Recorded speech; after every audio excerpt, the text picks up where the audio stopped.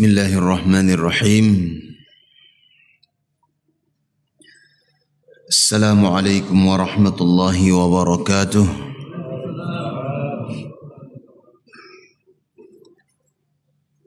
Alhamdulillah.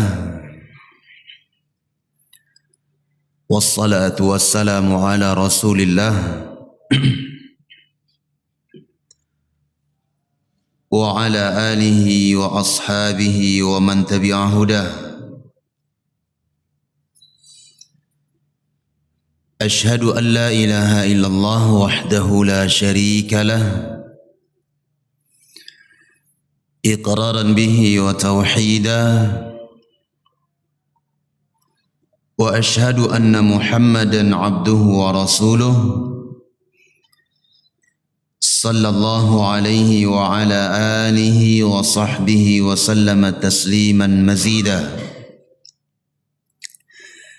Yaqulu Rabbuna tabaraka wa ta'ala: Ya ayyuhalladzina amanu taqullaha haqqa tuqatih wa la tamutunna illa wa antum muslimun. Amma ba'd. Ayyuhal hadirun, jamaah salat subuh yang dimuliakan Allah Subhanahu wa ta'ala, segala puji dan syukur selalu kita panjatkan kepada Allah Subhanahu wa ta'ala atas limpahan kenikmatan yang telah Allah Subhanahu wa ta'ala anugerahkan kepada kita. Nikmat yang paling berharga yang Allah Subhanahu wa ta'ala berikan kepada kita di pagi yang mulia ini, yaitu Allah Subhanahu wa ta'ala memberi kepada kita kesempatan untuk membuka pagi kita ini dengan ibadah, dengan zikrullah, dengan berzikir kepada Allah Subhanahu wa ta'ala. Wallahi jamaah yang dimuliakan Allah, demi Allah ini tidak diberi kecuali kepada orang-orang yang dikehendaki oleh Allah Subhanahu wa ta'ala. Terkhusus ibadah salat berjamaah di masjid.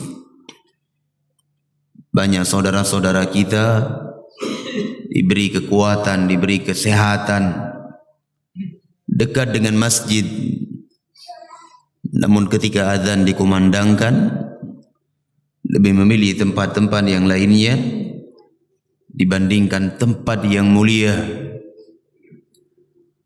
di mana di tempat ini dia mengisi dan berupaya untuk mempertebal amalan kebaikannya yang semuanya akan dia menghadap Allah Subhanahu wa ta'ala dengan membawa amalan-amalan tersebut.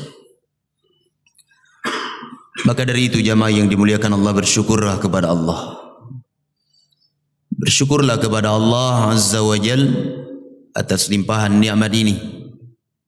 Dan kita mohon kepada Allah Subhanahu wa ta'ala ini merupakan sebagai pembuka pintu keberkahan bagi waktu yang kita miliki.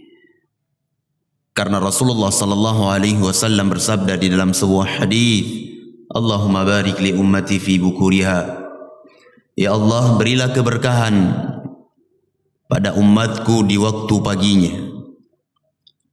Tentunya keberkahan tersebut akan diberikan oleh Allah Azza wa Jalla tatkala kita membuka waktu pagi kita dengan ibadah, dengan zikrullah, dengan qiraatul Quran dan sebagainya dari amalan-amalan saleh yang diridhai oleh Allah. Salawat dan salam juga tidak lupa kita alamatkan kepada Nabi kita Muhammad sallallahu alaihi wasallam, karena sebagai umat yang cinta kepada beliau adalah mereka yang senantiasa apabila mereka mendengar nama Muhammad, nama Rasulullah, mereka iringi dengan salawat dan salam kepada beliau sallallahu alaihi wa ala alihi wasallam, sehingga kecintaan kepada Nabi bukan cuma di bibir saja, namun dilakukan dengan anggota badannya, dengan praktek, Di antaranya adalah memperbanyak salawat dan salam kepada Nabi Muhammad sallallahu alaihi wasallam. Jemaah yang dimuliakan Allah, pada pertemuan terakhir kita sudah selesaikan tingkatan yang kedua dari tingkatan-tingkatan agama, yaitu al-iman. Dan masih tersisa satu tingkatan lagi jemaah yang dimuliakan Allah dari tingkatan agama, di mana ini merupakan tingkatan yang paling tinggi jemaah, yaitu al-ihsan. Jemaah yang dimuliakan Allah, dijelaskan oleh para ulama, al-ihsan ini adalah lawan dari al-isa'ah, lawan dari berbuat kejelekan. Yang maksudnya adalah seorang insan, ia berupaya untuk melakukan kebaikan-kebaikan, perkara yang ma'ruf, wa yakaffu yakufful adha, kemudian menahan dirinya dari perkara-perkara yang jelek ataupun gangguan-gangguan, dan dia berupaya untuk melakukan kebaikan-kebaikan untuk hamba Allah, baik dengan hartanya ataupun dengan kedudukannya, dengan ilmunya, dan tidak luput pula jemaah yang dimuliakan Allah dengan badannya. Inilah yang dinamakan dengan al-ihsan, sebagai tingkatan yang paling tinggi dari tingkatan-tingkatan agama. Jemaah yang dimuliakan Allah, kenapa dikatakan lebih tinggi? Dikatakan oleh para ulama karena seorang yang berislam, ia belum tentu beriman dan belum tentu berihsan.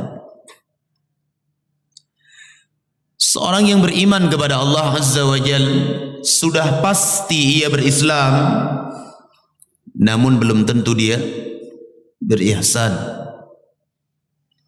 Adapun seorang yang berihsan, jamaah yang dimuliakan Allah, ia sudah pasti berislam kemudian beriman kepada Allah Subhanahu wa ta'ala. Wa qala rahimahullahu ta'ala fahuwa ruknun wahid, di mana al-ihsan ini memiliki satu rukun.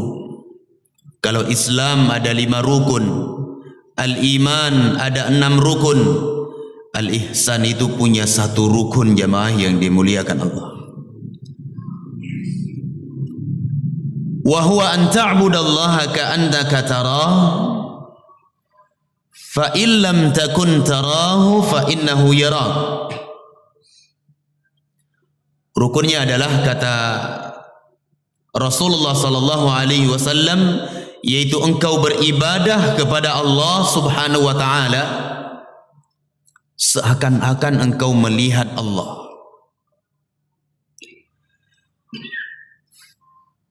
Fa illam takun tara, walaupun engkau tidak bisa melihat Allah Azza wa Jalla, fa innahu yarak, namun ketahuilah bahwasanya Allah Subhanahu wa ta'ala melihat engkau.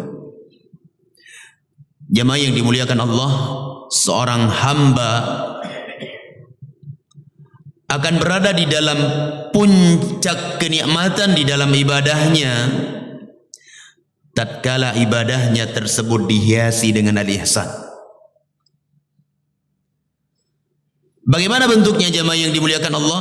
Dia beribadah kepada Allah Azza wa Jal dengan khusyuknya. Dia beribadah kepada Allah Subhanahu wa ta'ala dengan keikhlasan dan mutaba'ah kepada Nabi sallallahu alaihi wasallam, sehingga seakan-akan ia melihat Allah Azza wa Jal. Kalaupun Allah Subhanahu wa ta'ala tidak bisa dilihat olehnya, ia yakin bahwa Allah Subhanahu wa ta'ala melihatnya, mengawasinya dan mengontrolnya. Ini di dalam ibadah. Seseorang yang menanamkan ihsan dan juga muraqabatullah, pengawasan Allah Azza wa Jalla di dalam ibadah, ibadahnya tersebut akan menjadi ibadah yang baik. Ikhlas ibadahnya, mengikuti tuntunan Nabi sallallahu alaihi wasallam. Demikian pula ketika seseorang menanamkan al-ihsan di dalam kesehariannya, di dalam dia berucap, di dalam dia bersikap, di dalam dia bermuamalah, berinteraksi dengan manusia yang lainnya, di dalam berbagai hal jemaah yang dimuliakan Allah, ia berupaya untuk al-ihsan itu ada pada dirinya, maka semuanya itu akan menciptakan sekian banyak kebaikan. Lisannya akan dia jaga, tidak dia gunakan kecuali pada tempat yang baik ataupun sesuatu yang baik. Telinganya akan dia gunakan untuk mendengar kebaikan-kebaikan. Matanya akan digunakan olehnya untuk melihat pemandangan-pemandangan yang diridhai oleh Allah Azza wa Jalla. Tidak sebaliknya. Tangannya, kakinya, bahkan hatinya jamaah yang dimuliakan Allah akan senantiasa berada di dalam kebaikan-kebaikan ketika al-ihsan itu ada pada seorang hamba. Makanya penting jamaah yang dimuliakan Allah, seseorang menanamkan al-ihsan di dalam jiwanya, ataupun yang lebih kita kenal dengan kalimat al-muraqabatu lillah, menanamkan pengawasan Allah Subhanahu wa taala terhadap diri-diri kita.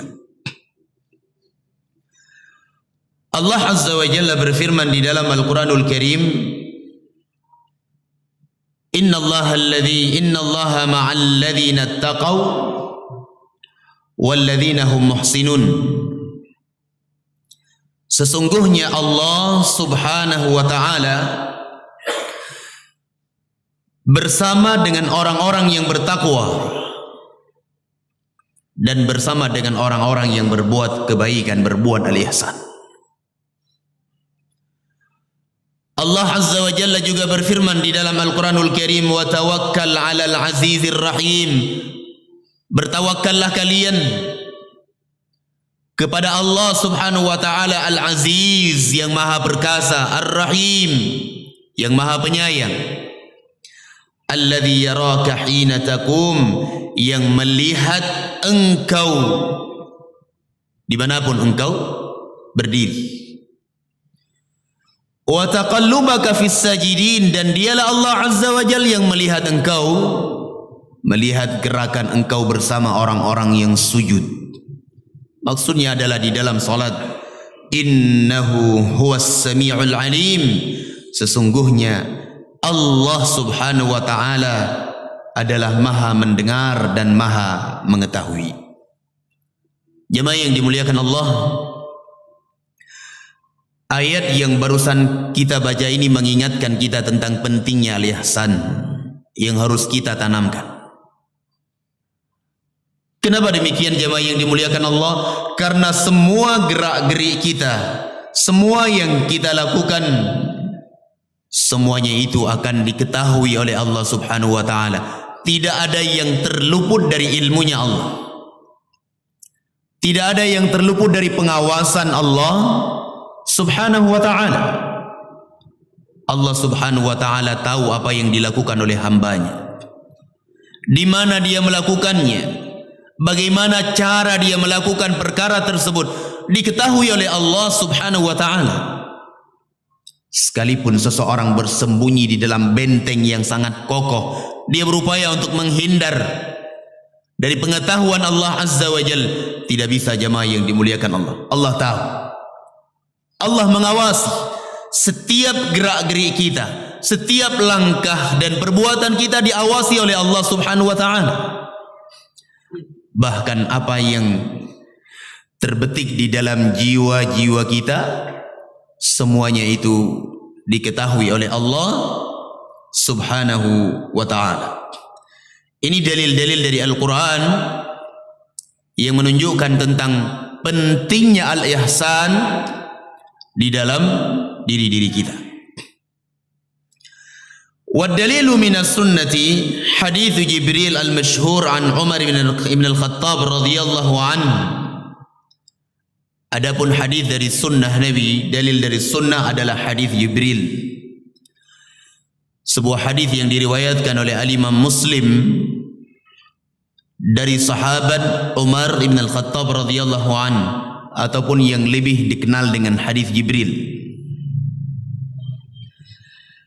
Qala, berkata Umar bin Al-Khattab radhiyallahu anhu, bainama nahnu julusun 'inda Rasulillah sallallahu alaihi wasallam dzata yaumin. Tatkala kami sedang duduk bersama Rasulullah sallallahu alaihi wasallam di dalam sebuah majlis pada suatu hari. Dan ini merupakan kebiasaan sahabat Nabi ridwanullah alaihim. Tidak ada hari, tidak ada waktu kecuali mereka duduk bersama Nabi sallallahu alaihi wasallam dan menimba ilmu dari beliau. Ini sahabat. Sehingga para ulama mengatakan ini menunjukkan hirsus sahabah, semangatnya para sahabat di dalam menimba ilmu dari Nabi sallallahu alaihi wasallam. Ittala alaina rajulun shadidu bayadhi thiyab. Tiba-tiba muncul seorang laki-laki yang bajunya sangat putih. Shadidu sawadi sya'ar, dan rambutnya sangat hitam, kata Umar bin Al-Khattab. La yura alaihi atharu safar wa la ya'rifuhu minna ahadun, dan tidak nampak dari orang tersebut bekas dari sebuah perjalanan, dan tidak ada seorang pun dari kami yang mengenal orang itu. Jamaah yang dimuliakan Allah, kebiasaan kalau kita menempuh sebuah perjalanan safar itu ada bekasnya, nampak dari wajah seseorang, nampak dari pakaian seseorang, sekalipun dia melakukan safar dengan pesawat. Nampak kelelahannya jamaah yang dimuliakan Allah, apalagi perjalanannya tersebut adalah jauh. Nah, Umar bin Khattab radhiyallahu an mengabarkan bahwa tidak nampak dari orang ini pengaruh dari safarnya tersebut, karena bajunya itu sangat terlihat putih, kemudian rambutnya sangat hitam, dan tidak ada seorang pun dari sahabat yang mengenal orang tersebut. Hatta jalasa ila Nabi sallallahu alaihi wasallam, sampai orang tersebut duduk di hadapan Nabi sallallahu alaihi wasallam. Fa asnada rukbatayhi ila rukbatayhi, kemudian dia memajukan dan menisbatkan, menyandarkan dua lututnya di hadapan dua lutut Rasulullah sallallahu alaihi wasallam. Wa wada'a kaffaihi ala fakhidaihi, kemudian dia letakkan dua tangannya tersebut di atas kedua pahanya. Ini jadi khilaf di antara para ulama, apakah orang tersebut meletakkan kedua telapak tangannya di atas kedua pahanya sendiri atau di atas kedua paha Rasulullah sallallahu alaihi wasallam. Dan wallahu alam bissawab, yang lebih dirajihkan oleh para ulama adalah ia meletakkan kedua telapak tangannya tersebut di atas kedua pahanya. Karena kalau seandainya dia letakkan di paha Rasulullah sallallahu alaihi wasallam, ini terkesan sesuatu yang sedikit kurang adab jamaah yang dimuliakan Allah. Faqala, kemudian orang itu mengatakan, ya Muhammad, wahai Muhammad, akhbirni anil Islam, kabarkan kepadaku tentang Islam. Jamaah yang dimuliakan Allah, para ulama menyebutkan bahwa dimungkinkan kejadian ini terjadi sebelum turun ayat larangan seseorang untuk mengatakan kepada Rasulullah dengan ucapan ya Muhammad. Tidak dibolehkan, kecuali dalam bentuk pengkhabaran seperti kita mengabarkan hadis ini. Adapun para sahabat dahulu, mereka ditegur oleh Allah Azza wa Jal ketika mereka memanggil Nabi dengan ucapan ya Muhammad, wahai Muhammad, ditegur oleh Allah. Namun ucapan yang layak mereka berikan adalah ya Rasulullah, ya Nabi Allah. Demikian dianjurkan oleh Allah Subhanahu wa taala di dalam Al-Qur'anul Karim.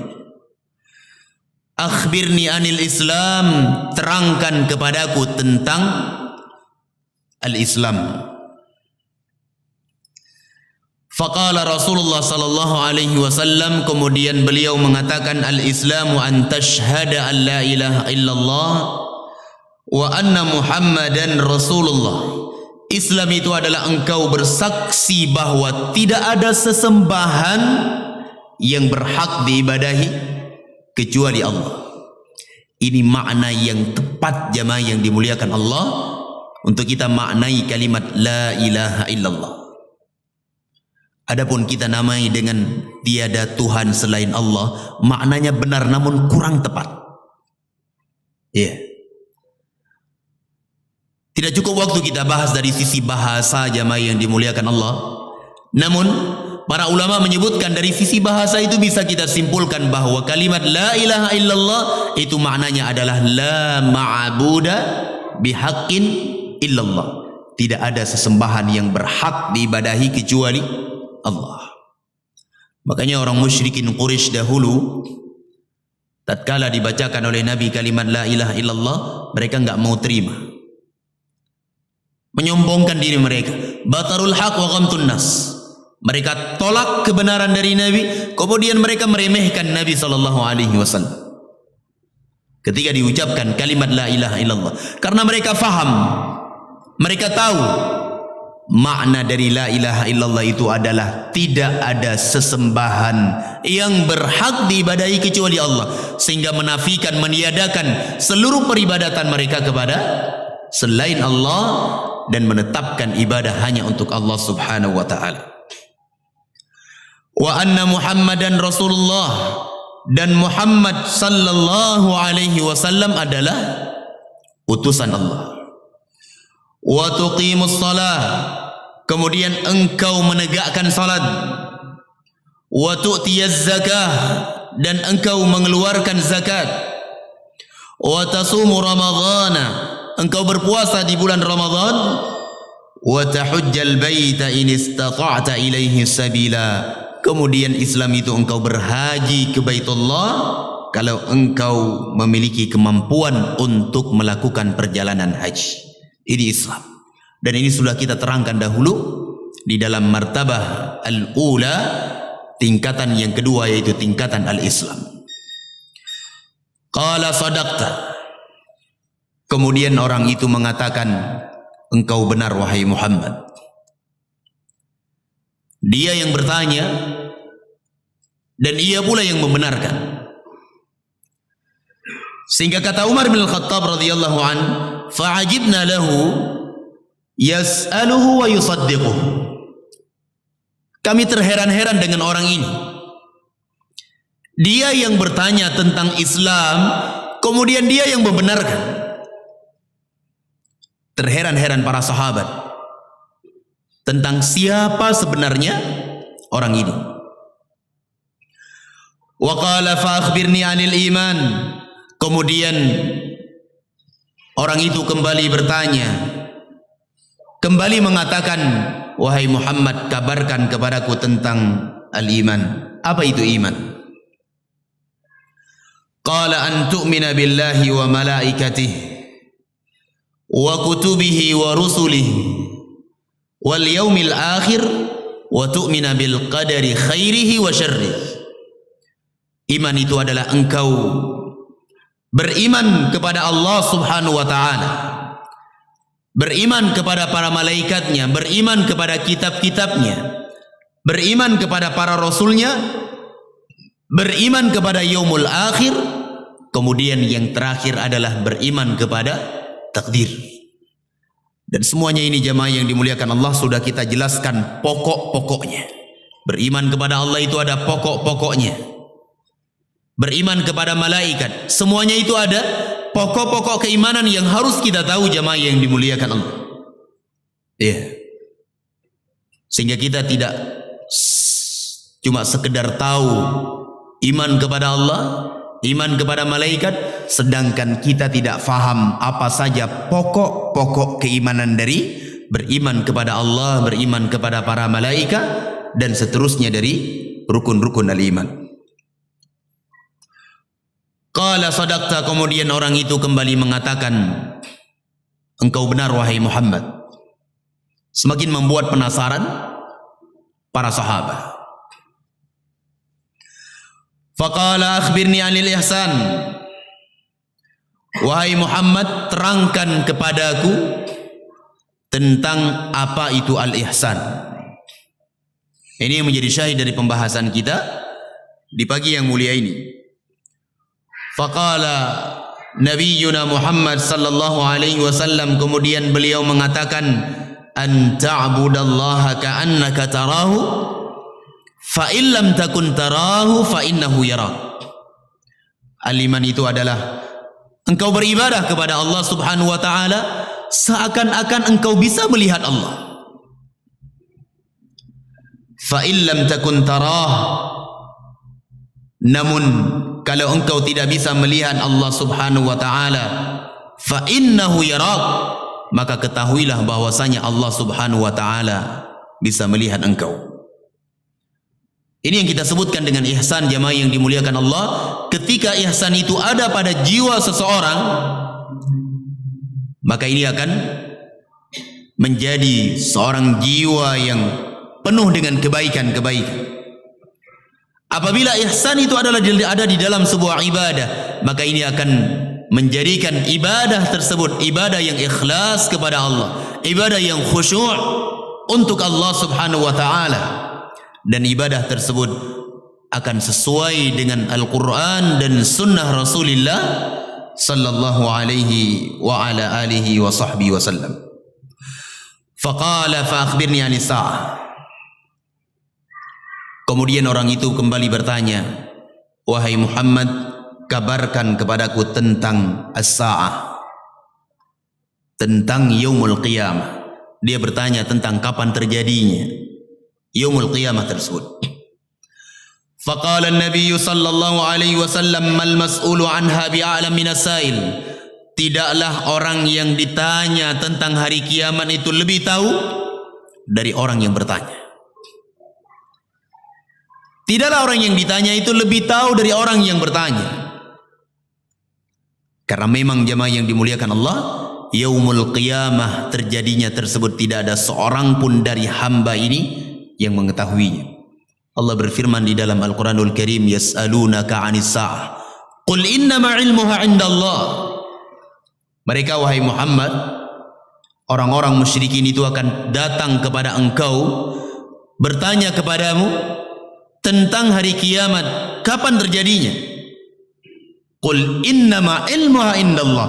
Katakan wahai Muhammad bahwasanya ilmu tentang terjadinya yaumul qiyamah tersebut adalah di sisi Allah Subhanahu wa taala. Tidak ada seorang pun yang diberikan tentang kapan terjadinya oleh Allah Subhanahu wa taala. Faqala fa akhbirni an amaratiha.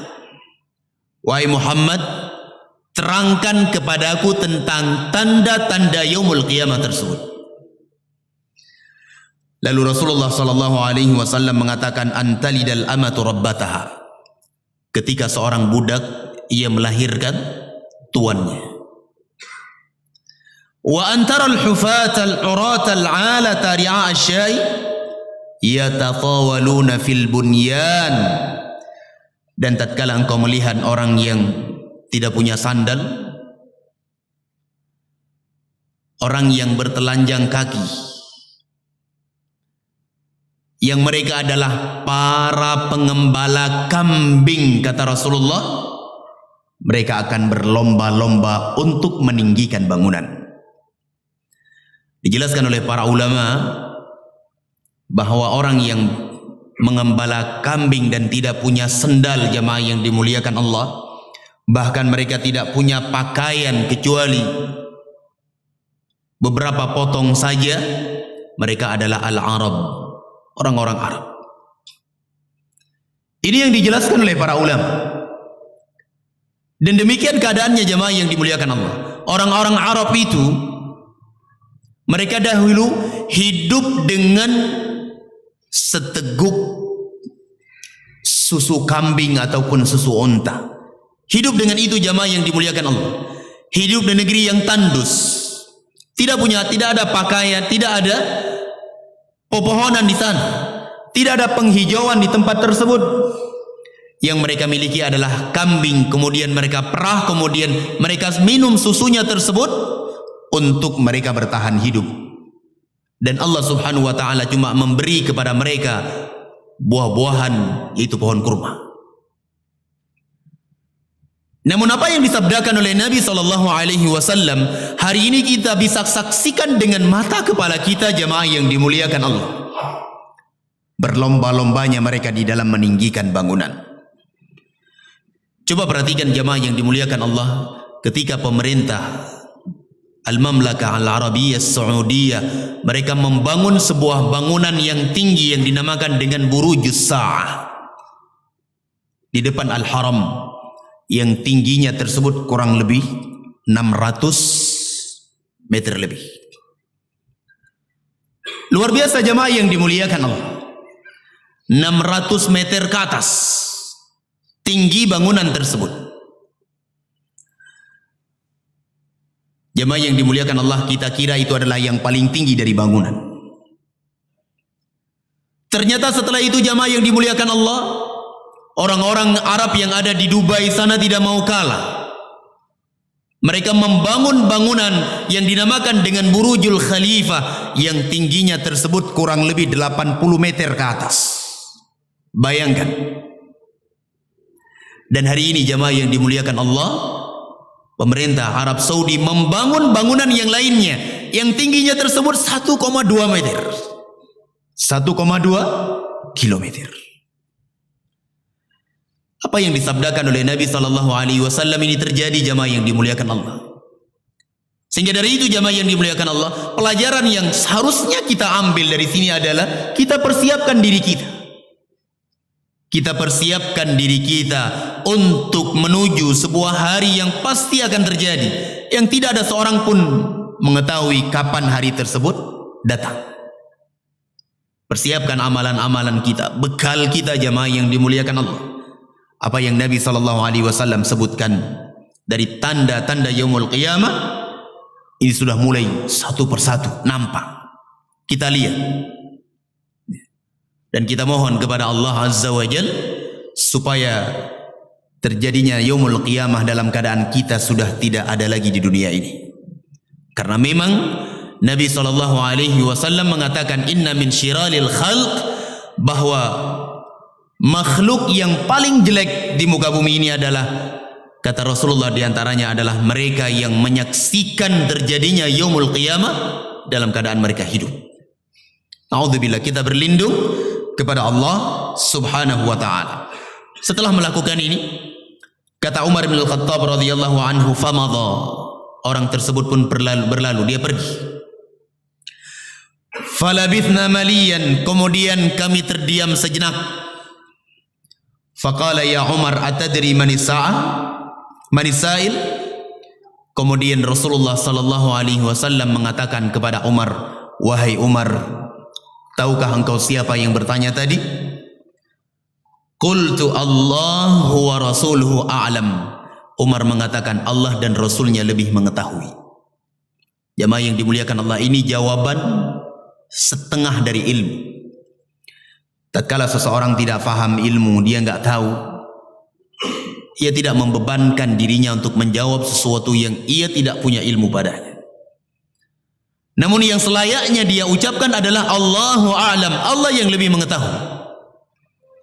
Adapun ketika Rasulullah masih hidup, dia menjawab Allahu wa rasuluhu a'lam. Ini yang mestinya kita jawab. Jangan setiap pertanyaan yang disampaikan kepada kita jawab sekalipun kita tidak punya ilmu, karena malu ketika seorang yang dikatakan alim tidak bisa menjawab pertanyaan dari orang-orang yang menghadiri muhadarahnya.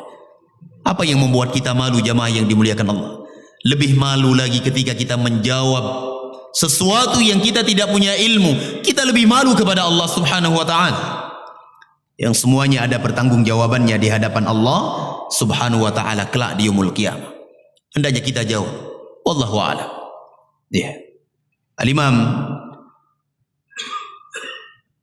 Syekhul Islam rahimahullahu ta'ala, dan juga dinukilkan dari Al-Imam Ahmad rahimahullahu ta'ala, bahwa pernah suatu hari ditanyakan kepada beliau tentang sebuah perkara. Beliau mengatakan wallahu a'lam. Ditanya lagi, beliau mengatakan wallahu a'lam. Kemudian ditimpali kepada beliau, wahai imam, engkau menjawab wallahu a'lam, padahal engkau adalah seorang imam. Beliau mengatakan, apa yang akan saya jawab di hadapan Allah subhanahu wa ta'ala nanti ketika aku berfatwa tentang sebuah perkara yang aku tidak punya ilmu padanya. Jamaah yang dimuliakan Allah, berfatwa tanpa ilmu, kata Nabi SAW, di antara efek negatifnya adalah fadhallu wa adhallu. Ia menyesatkan dirinya kemudian menyesatkan orang lain. Ini keadaannya lebih buruk jamaah yang dimuliakan Allah. Datang dalam sebuah hadis, Nabi SAW menceritakan tentang seorang hamba yang membunuh 99 jiwa. Dia datang kepada salah seorang ahli ibadah. Dia tanya kepada ahli ibadah tersebut, apakah masih ada pintu taubat untuk saya? Orang itu berfatwa tanpa ada bimbingan ilmu. Dia mengatakan, la, tidak ada. Apa yang terjadi? Dibunuh orang tersebut. Dari sini para ulama mengambil kesimpulan bahwa fatwa tanpa ilmu itu bisa membunuh diri jamaah yang dimuliakan Allah, dan bisa membinasakan diri kita kelak di hadapan Allah subhanahu wa ta'ala. Maka dari itu jamaah yang dimuliakan Allah, siapapun kita, kita sebagai seorang penuntut ilmu, ataupun kita dikatakan sebagai seorang alim, ulama, ketika ditanyakan kepada kita sesuatu yang kita tidak punya ilmu, jawab wallahu a'lam. Apa yang membuat kita malu dengan ucapan yang seperti ini? Ucapan wallahu a'lam itu bagian ataupun setengah dari ilmu. Faqala, kemudian Rasulullah sallallahu alaihi wasallam mengatakan, hadza Jibril atakum yu'allimukum amra dinikum. Yang bertanya tadi, wahai Umar, adalah Jibril yang datang kepada kalian, mengajarkan kepada kalian urusan agama kalian. Hadis ini diriwayatkan oleh Imam Muslim rahimahullahu taala di dalam Kitabul Iman, di dalam kitab sahih beliau. Wallahu taala a'lam bissawab. Ini pembahasan terakhir dari martabat ataupun di dalam permasalahan mengenal agama Islam, dan kita telah sebutkan bahwasanya Islam, agama tersebut memiliki 3 tingkatan, al-Islam, al-Iman, wal-Ihsan. Insyaallah pertemuan berikutnya kita akan bahas tentang pondasi yang ketiga, yaitu ma'rifatu an-Nabi sallallahu alaihi wasallam, mengenal Nabi Muhammad sallallahu alaihi wasallam. Jangan kita ini mengaku sebagai umat beliau, cinta kepada beliau, namun kita tidak kenal Rasulullah sallallahu alaihi wasallam sedetail-detailnya, dan kita tidak faham apa konsekuensi yang harus kita jalankan sebagai umat Muhammad sallallahu alaihi wasallam. Tidak cukup dengan bibir kita mengatakan asyhadu anna Muhammadar Rasulullah. Tidak cukup di bibir kita mengatakan aku cinta kepada Rasul, aku adalah umat beliau sallallahu alaihi wasallam. Tidak cukup sampai kita menjalankan kewajiban-kewajiban kita sebagai umat Muhammad sallallahu alaihi wasallam. Dan insyaallah kita akan sebutkan pada pertemuan pagi Jumat yang lainnya biidznillah taala. Karena pagi ini adalah saya ganti jadwal Ustadzuna Harith hafizahullahu taala. Wallahu a'lam bishawab. Sampai di sini pengajian kita, semoga bermanfaat. Mohon maaf atas segala kekurangan dan kesalahan. Aqulu qawli hadza subhanakallahumma wa bihamdik asyhadu an la ilaha illa anta astaghfiruka wa atubu ilaik. Wa sallallahu ala nabiyyina Muhammadin wa ala alihi wa ashabi ajma'in walhamdulillahi rabbil alamin. Assalamualaikum warahmatullahi wabarakatuh.